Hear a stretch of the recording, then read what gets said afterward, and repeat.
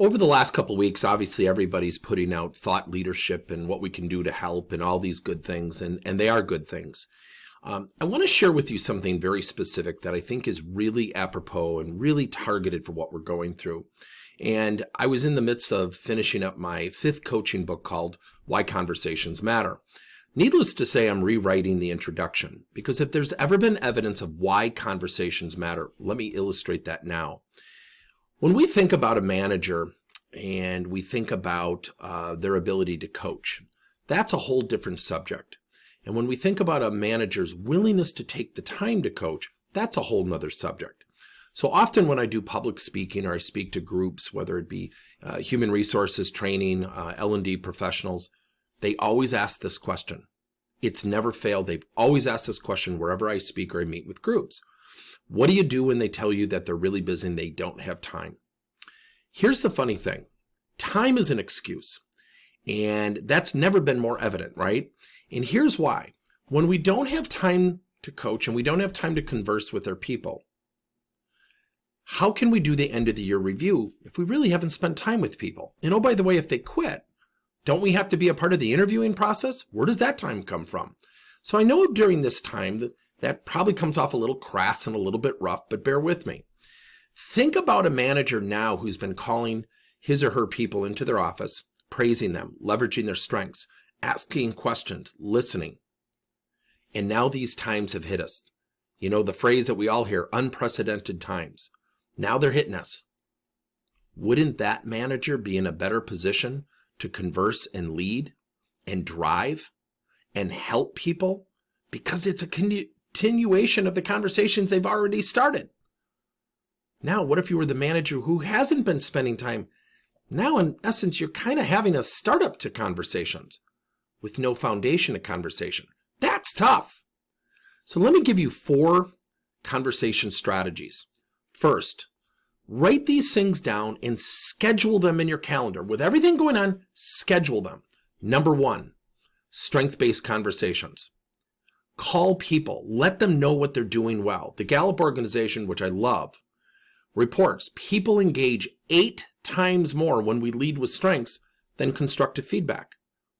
Do you think we need them to engage today? Absolutely.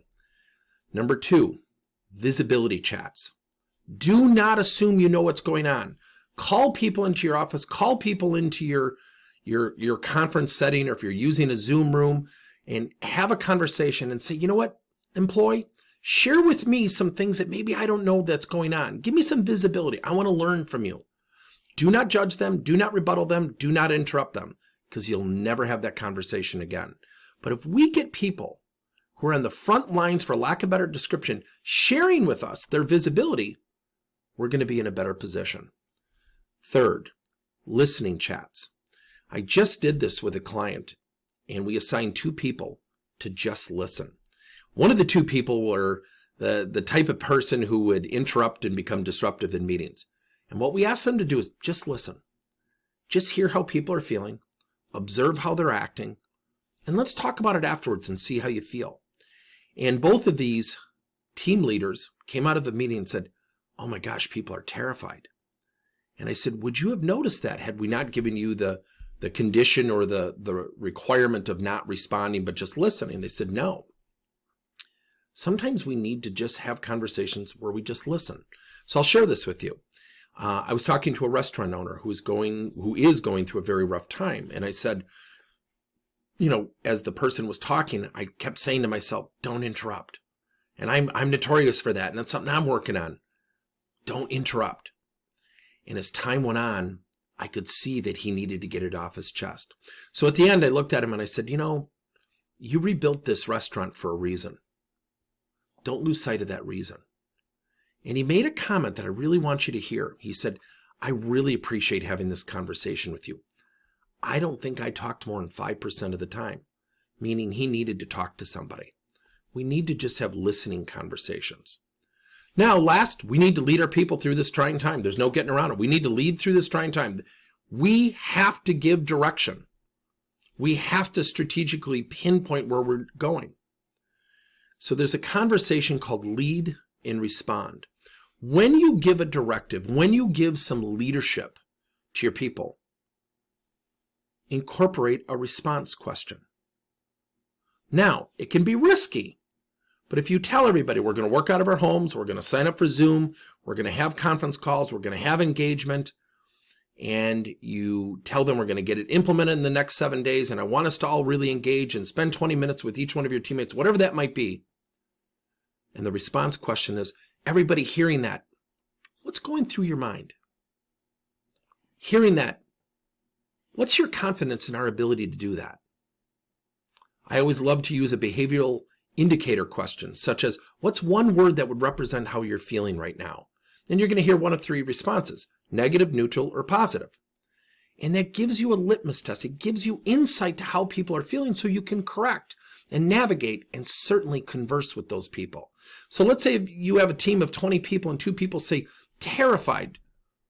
Maybe the other 18 say something like hopeful, excited, positive. Now you know the 2 people you need to spend some more time with. And that's called lead and respond.